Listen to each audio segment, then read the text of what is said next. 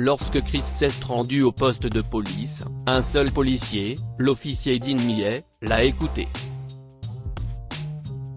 Le garçon voulait qu'il trouve le Père Noël et lui remette sa lettre. L'agent Millet a promis de faire de son mieux et a pleuré en lisant les mots du garçon. Puis il a demandé l'aide de ses amis pour lui faire une grande surprise. Tu vois, maman ? Je t'ai dit que le Père Noël était réel, et que les policiers le trouveraient, s'est vanté Chris auprès de sa mère alors qu'ils célébraient tous Noël dans leur maison. La femme a regardé son fils, souriant lentement, puis s'est concentrée sur les policiers autour de sa maison. Tu avais raison, chérie. Le Père Noël est réel, a convenu la mère de Chris, souriant à l'officier Millet, le remerciant pour tout d'un seul regard. Il y a quelques jours. S'il vous plaît, que quelqu'un m'aide. J'ai besoin d'aide, a crié Chris en entrant dans le 24e commissariat de police de New York, quelques jours avant Noël. Hey, gamin. Viens. Tu ne peux pas crier ici. Nous sommes tous occupés, a dit un officier à Chris, en posant sa main sur les épaules du garçon. Mais l'enfant de 8 ans était trop agité pour se calmer ou baisser la voix. Il a demandé au policier de l'aider, et l'homme âgé a ri. S'il te plaît, gamin. Donne-moi le numéro de téléphone de ta mère, pour qu'elle vienne te chercher, a ajouté le policier après avoir ri de la demande du garçon.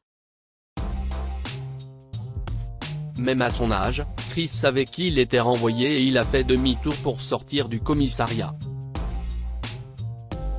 À ce moment-là, l'officier Dean Millet est entré et a arrêté le garçon. « Et, où vas-tu ?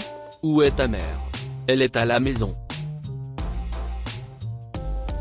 J'avais besoin de quelque chose d'urgent, mais personne ici ne veut m'écouter ou m'aider. Chris a fait la moue, les yeux baissés.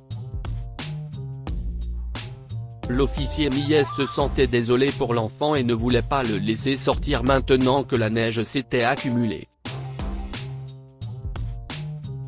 Ok, dis-moi, et je promets de faire de mon mieux. J'ai besoin que vous trouviez le Père Noël et que vous lui donnez cette lettre. Si est urgent. Si est une question de vie ou de mort, a dit Chris étant à l'agent Millet l'enveloppe adressée au Père Noël. Le policier a failli rire, mais le gamin était si sérieux qu'il a décidé de jouer le jeu. Ok, petit. Je vais m'assurer de trouver le Père Noël et de lui remettre la lettre. Maintenant, laisse-moi te conduire chez toi parce que tes parents doivent être inquiets, a suggéré l'homme, en guidant l'enfant vers sa voiture de police. La mère de Chris la remerciait infiniment d'avoir ramené leur garçon, car il avait fait le mur sans que personne ne le remarque. L'officier Millet a oublié la lettre du Père Noël jusqu'au soir où il est rentré chez lui et a commencé à enlever sa veste. Oh, si est-il vrai. La lettre. Je me demande quel genre de cadeau est une question de vie ou de mort pour ce garçon ? S'est demandé Dean en ouvrant l'enveloppe et en continuant à enlever son uniforme. Mais en lisant la fameuse lettre, il s'est figé et ses yeux se sont mis à pleurer. Chris ne demandait aucun cadeau au Père Noël. En fait, il ne voulait rien pour lui-même. Le gamin voulait que le Père Noël apporte une nouvelle prothèse auditive pour sa sœur, Sandra. Les anciennes ne fonctionnaient presque plus. Mais il y a une partie de la lettre qui l'a le plus frappé. Mon père a perdu son emploi, et ils ont dit que l'appareil était trop cher. S'il te plaît, aide-nous, Père Noël. Sandra est la meilleure sœur du monde, et je veux qu'elle joue avec moi. Voici notre adresse, notre téléphone et le nom de ma mère si tu as besoin de l'appeler. Merci, Père Noël. Dean a posé la lettre sur sa table de chevet et s'est essuyé les yeux. Il est entré dans la douche et a fait le reste de sa routine. Mais sa tête n'arrêtait pas de tourner. Que puis-je faire pour cette famille en difficulté? Puis-je les aider à obtenir un nouvel appareil auditif pour la fille? Pensa-t-il en essayant de se concentrer sur les nouvelles du soir. Il a eu du mal à dormir cette nuit-là, et son collègue, l'officier Henning, a remarqué sa fatigue le lendemain matin. Dean s'est excusé et lui a parlé de la lettre du garçon. « Je me demande si je peux faire quelque chose pour l'aider.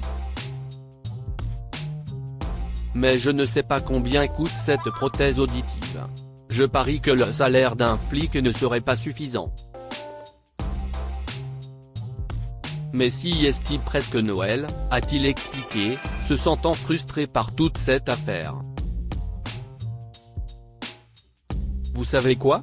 J'ai une idée, a proposé l'officier Henning. Je sais que ce n'est peut-être pas la meilleure utilisation des ressources de la police, mais peut-être que cette année, nous ferons quelque chose de différent. Ils sont entrés dans leur commissariat et ont parlé à quelques autres policiers.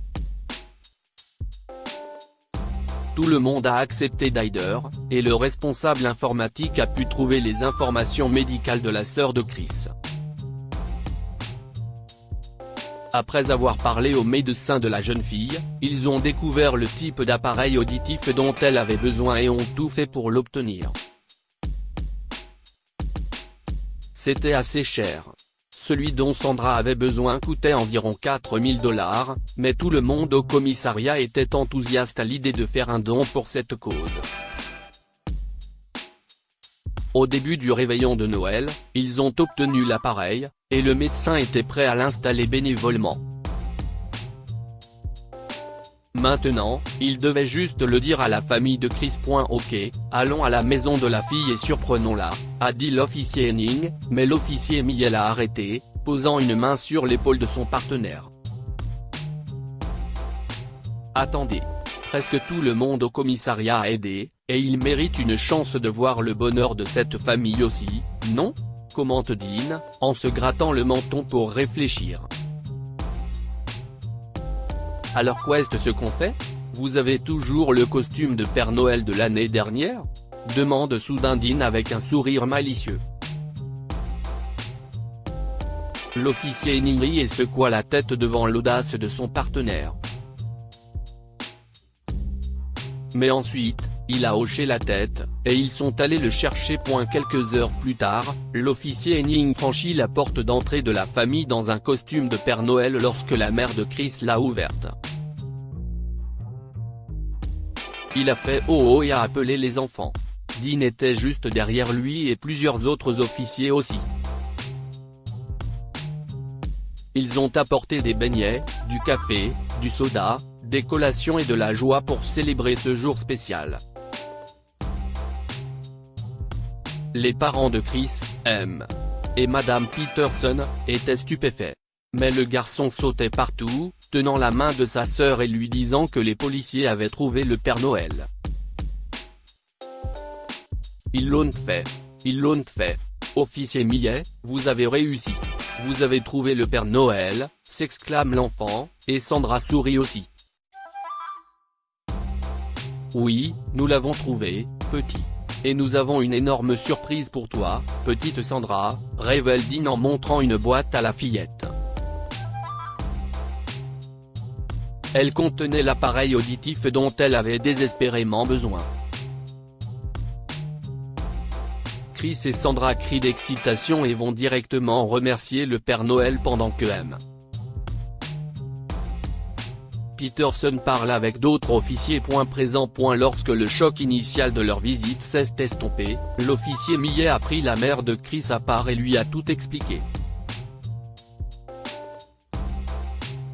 Quand j'ai lu la lettre du garçon, j'ai pensé que je devais faire quelque chose, madame. Votre médecin a déjà accepté d'installer l'appareil bénévolement. J'espère que ce n'était pas trop intrusif, a expliqué Dean, espérant que la femme n'était pas offensée. Bien sûr que non. Si est juste que.